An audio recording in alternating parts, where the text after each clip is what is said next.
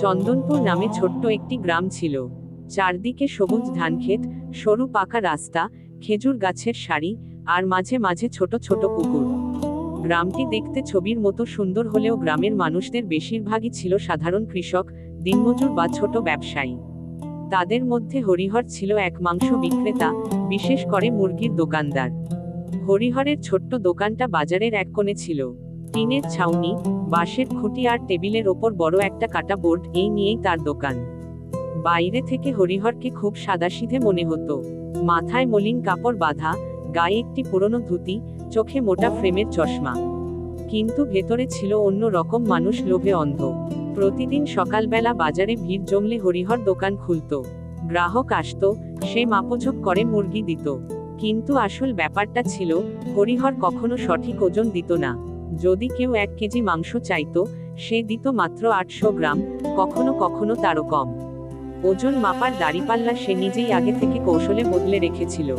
সাধারণ গ্রাহকরা বুঝতেই পারত না। যারা বুঝত, তারাও চুপচাপ থেকে যেত, কারণ গ্রামের বাজারে হরিহর ছাড়া অন্য কোথাও সহজে মুরগি পাওয়া যেত না। দিন যেতে লাগলো, হরিহরের লোভও বাড়তে লাগলো। তার ঘরে টাকার ভাণ্ডার জমতে শুরু করলো। নতুন করে বাঁধানো বাড়ি, পিতলের হাঁড়ি পাতিল, রঙিন শাড়ি তার স্ত্রী রত্নার গায়ে, আর ছেলের হাতে দামি খেলনা, সবই এলো সেই অবৈধ উপার্জন থেকে। কিন্তু গ্রামে ধীরে ধীরে মানুষের ক্ষোভ জমতে লাগলো। একদিন গ্রামের হাটবারে সকাল সকাল বাজারে প্রবেশ করলো এক অপরিচিত মানুষ। সে একজন ব্যবসায়ী, নাম গণেশ মণ্ডল। মাথায় পাগড়ি, গায়ে মোটা গামছা, আর তার সাথে ছিল বড় একটা গরুর গাড়ি। গাড়িটা ভর্তি ছিল মুরগিতে। এই দৃশ্য দেখে গ্রামের মানুষ অবাক হয়ে গেল। গণেশ গাড়ি থামালো হরিহরের দোকানের ঠিক সামনের ফাঁকা জায়গায়। জোর গলায় ডেকে বলল, এই যে ভাই, সব তাজা মুরগি নাও। সঠিক ওজনে মাপ, সৎ দাম, কাউকে ঠকানো হবে না। গ্রামের মানুষ হুমড়ি খেয়ে পড়ল তার দিকে। কৌতূহল নিয়ে সবাই দাম জিজ্ঞাসা করল। দেখা গেল, গণেশের মুরগি হরিহরের থেকে সস্তা, আর ওজনে একদম ঠিকঠাক। দাড়িপাল্লা বের করে সে 1 কেজি মুরগি মেপে দিল, আর গ্রামের সবাই অবাক হয়ে দেখল, ওজন একেবারে খাঁটি। হরিহরের বুক ধকধক করতে লাগলো। এতদিন ধরে সে বাজারে এককভাবে রাজত্ব করেছে। এখন যদি এই গণেশ প্রতিদিন আসে, তাহলে তার দোকান বন্ধ হয়ে যাবে। সে মুখে মিষ্টি হাসি নিয়ে গণেশকে বলল, আরে ভাই, তুমি নতুন করে এলে খুব ভালো করেছো।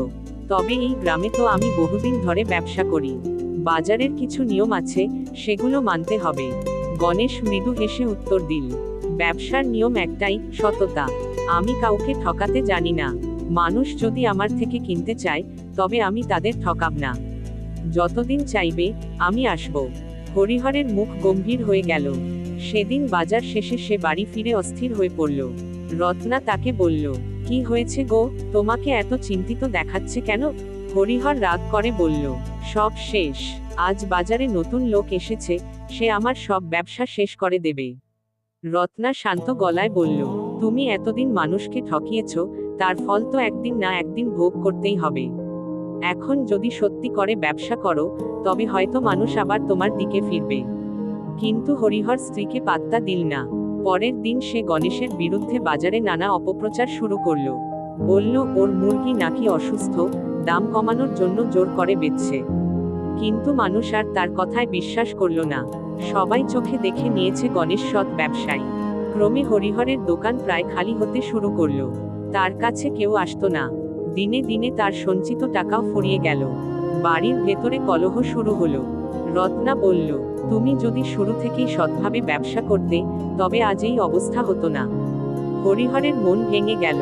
এক রাতে সে বিছানায় শুয়ে ভাবতে লাগলো, সত্যিই কি এতদিন ধরে সে ভুল করেছে? তার লোভের কারণে কি আজ সে একা হয়ে গেছে? পরের দিন সকালে সে দোকানে এল।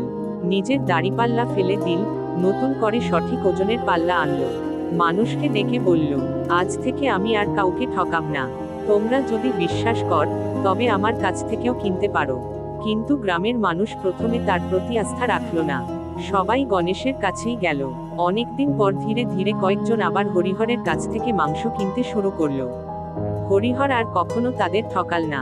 সে বুঝতে পারল, টাকা দিয়ে সবকিছু কেনা যায় না। সৎ ব্যবসা আর মানুষের বিশ্বাস, এটাই সবচেয়ে বড় সম্পদ।